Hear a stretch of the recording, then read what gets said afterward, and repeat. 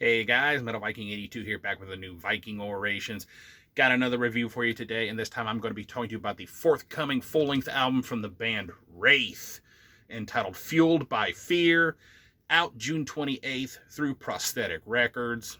And if you're not familiar with Wraith, they are a blackened speed metal band with some punk elements thrown in here and there, out of Griffith, Indiana. Been around since 2016, featuring Mike Zimendera on drums, Chris Petkus on the bass, Mike Sokol on the guitars and vocals, and finally Jason Schultz on guitars. He is also in the band Idle Throne, whose new album I actually just reviewed a little while back.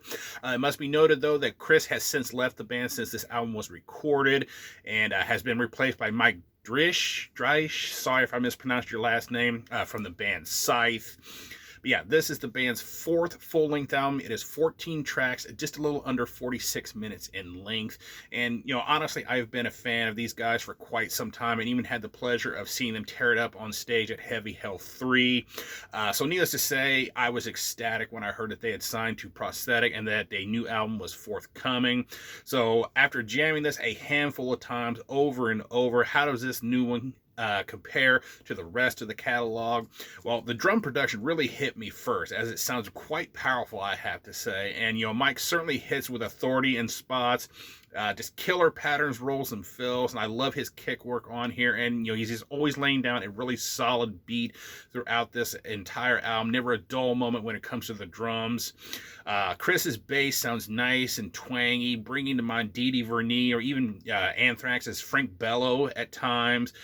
While it sits a little bit lower in the mix than the guitars, it is still quite easily heard. Seemingly more and more as the album goes on, it seems like it starts to come up a little bit more in the mix, I thought.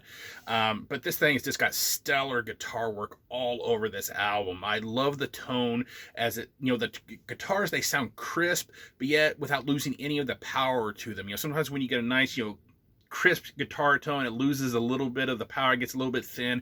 Not here. I think the guitars sound nice and powerful and clear at the same time. They're fast paced for the most part, with lots of headbangable grooves and just absolutely killer solos all over this album. The band also likes to throw in these more mid-paced grooves and even some black metal style riffs and spots, hence the fact they are called a black and speed metal band.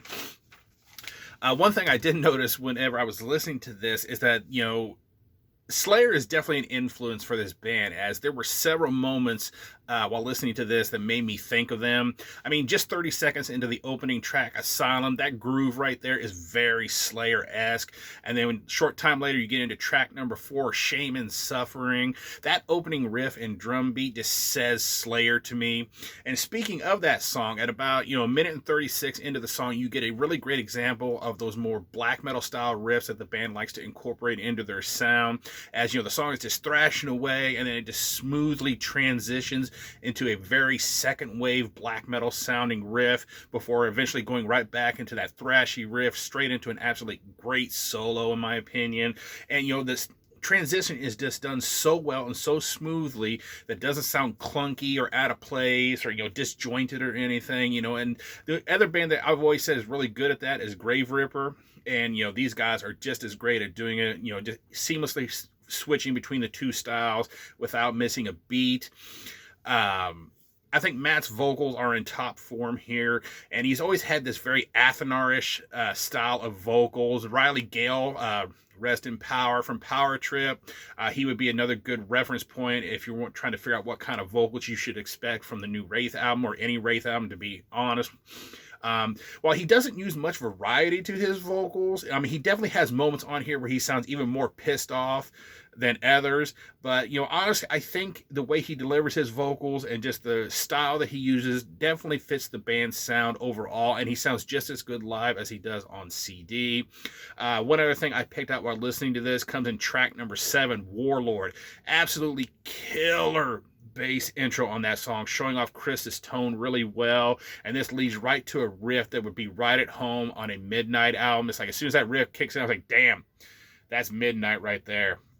Overall, I think this is just an absolutely solid album and another solid album in this band's discography.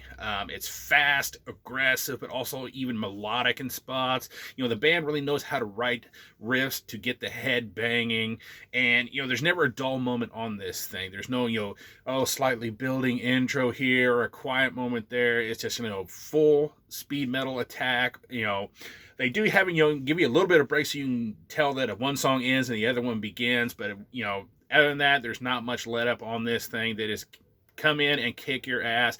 And those 45, almost 46 minutes fly by without, you know, you even realizing it. Honestly, I don't think there is a bad release in this band's catalog. At least in my opinion, you know, they seemingly just seem to get better and better with each release.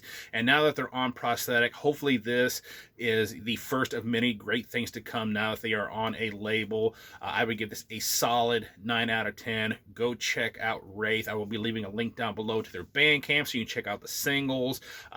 Pre-order a copy because, again, this comes out June 28th. Pick up their other stuff. Show this band some love and support. And yeah, that is going to do it. Thank you guys so much for watching and subscribing.